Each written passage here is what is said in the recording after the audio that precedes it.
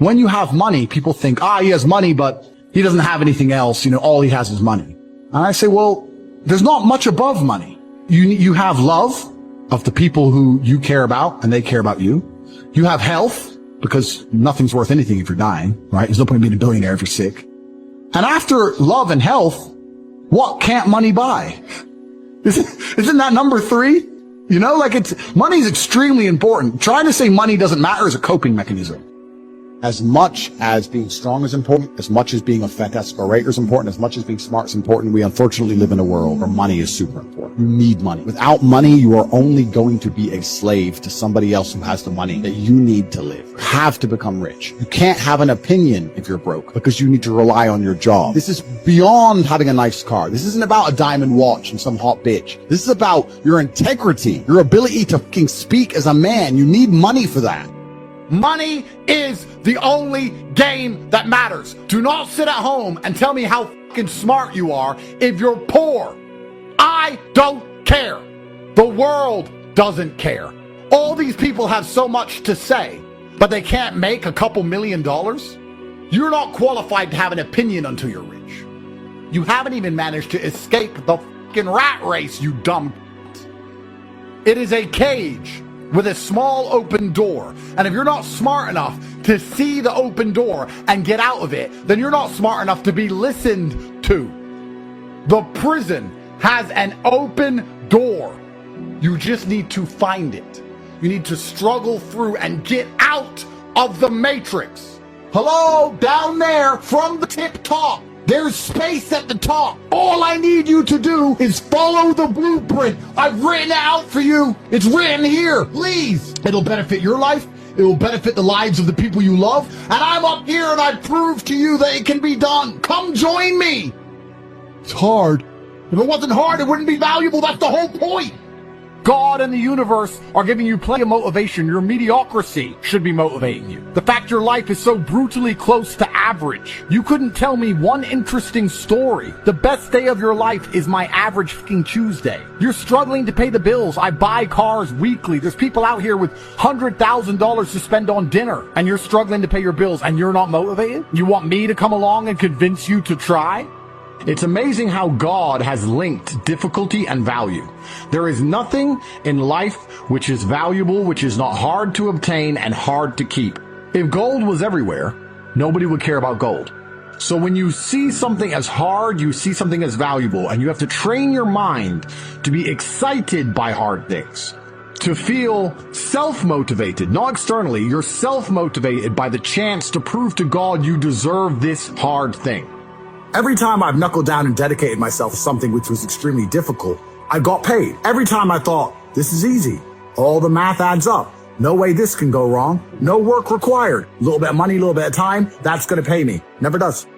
Isn't that interesting? It's like the universe, God, will only give you money the hard way. It's the easiest way to lose as a man is to chase happiness. And really the only thing that's fun in life is work. The only thing that's fun is the thing that made you rich in the first place. Life is just, it's a game. We're living in a simulation. And if you want a high score, you have to choose the highest difficulty. Any financial struggles or hardships you find yourself in is guaranteed to be short-term and temporary unless you deserve to be broke. If you do not work, if you do not try, if you do not dedicate yourself, then you deserve to be poor and you will stay there. If you are prepared to try, if you are open to new ideas, if you do want to learn, then the position you find yourself in, which is less than favorable financially, is guaranteed to be temporary.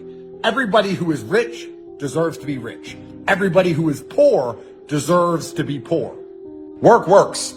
If you went to the gym and someone told you you're going to be in perfect shape in 9.5 months, that's when you're finally going to have your six-pack. You're going to be in perfect shape at 10:34 on a Tuesday morning if you stick to this workout routine.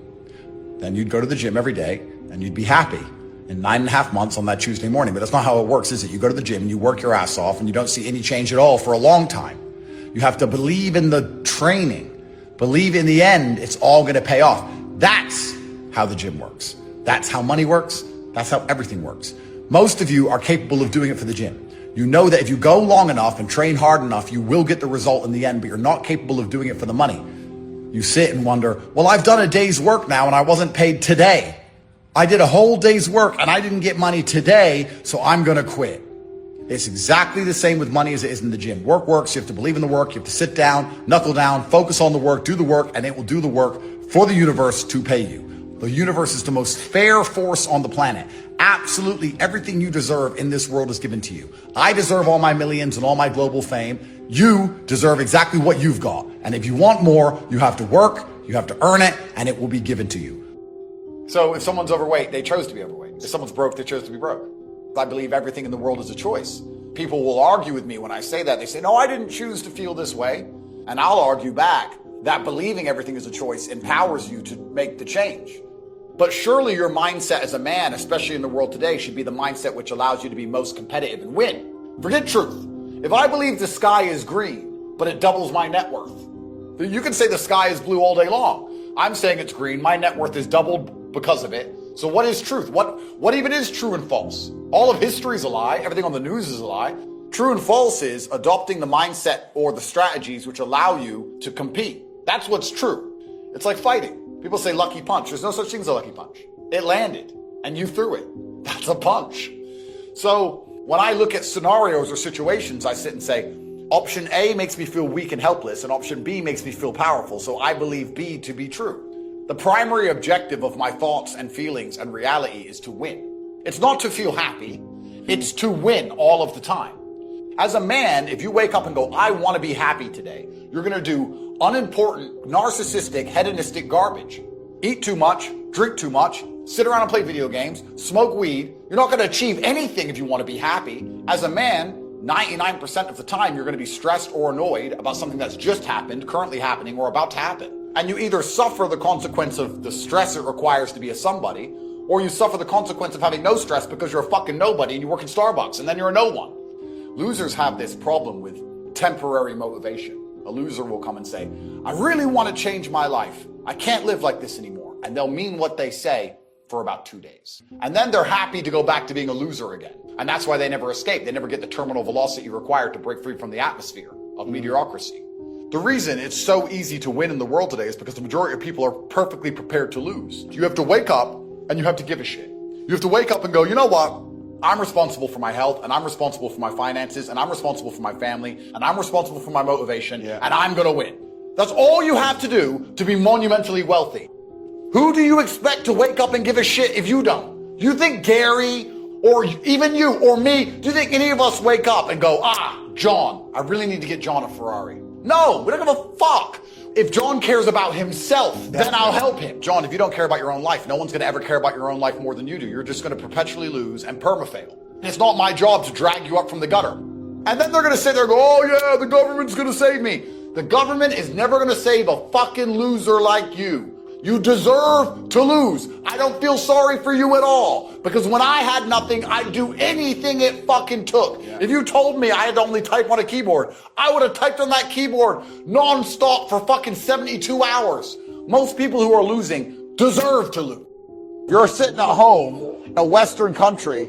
You don't even have fucking health care because you can't afford health insurance. You go to work all day, every day to have enough money to pay rent and barely eat food. You have no prospects for the future. You can save precisely zero money. You're never going to compound your way out of your poverty because you're being outpaced by endless inflation and taxation. And you're complaining about slaves in Dubai. You are a fucking slave. Do you care about that football team? Do you care about your job here? Do you care about this company, that company? Do you care about Republican, Democrat? Do you care about America? What do you care about? And ask yourself, if my team wins, if my passion pays off, does my life get better? Once you realize the answer is no, start caring about something else. Get rich, buckle down, ignore the noise. Lock in, focus, do important shit, ignore the noise. And make sure you're doing things that actually matter. The true secret to the universe in this great distraction is the ability to dedicate 100% of your mind to something. I promise you, if you could turn your brain 100% on and remove all distractions and focus on something that matters for 20 minutes a day, you can ignore everything else and you can give 100% of your consciousness towards a task. You will be massively successful. 20 minutes a day of focused lessons on how to make money, 20 minutes a day of learning, 20 small minutes of focus, and you will win. Those 20 100% minutes are worth more than 1,000 years of 80% half on, because everybody's half on. When you're going through life, half paying attention to opportunities, half paying attention to things you hear, you have heard about Bitcoin and you didn't take any action. If you would have dedicated 100%, 20 minutes, conscious investigation into Bitcoin when you first heard about it, you would now be a billionaire. It is that consciousness that gives you the competitive advantage above everyone else, because everybody around you is asleep. They're asleep to opportunities. They hear about things, they do nothing. They're asleep to how they feel. They're asleep to why they do what they do. Why are they with the person they're even with? Nobody is awake. If you stick your head above the crowd, if you look down on everybody, it's extremely easy to plot a path to victory.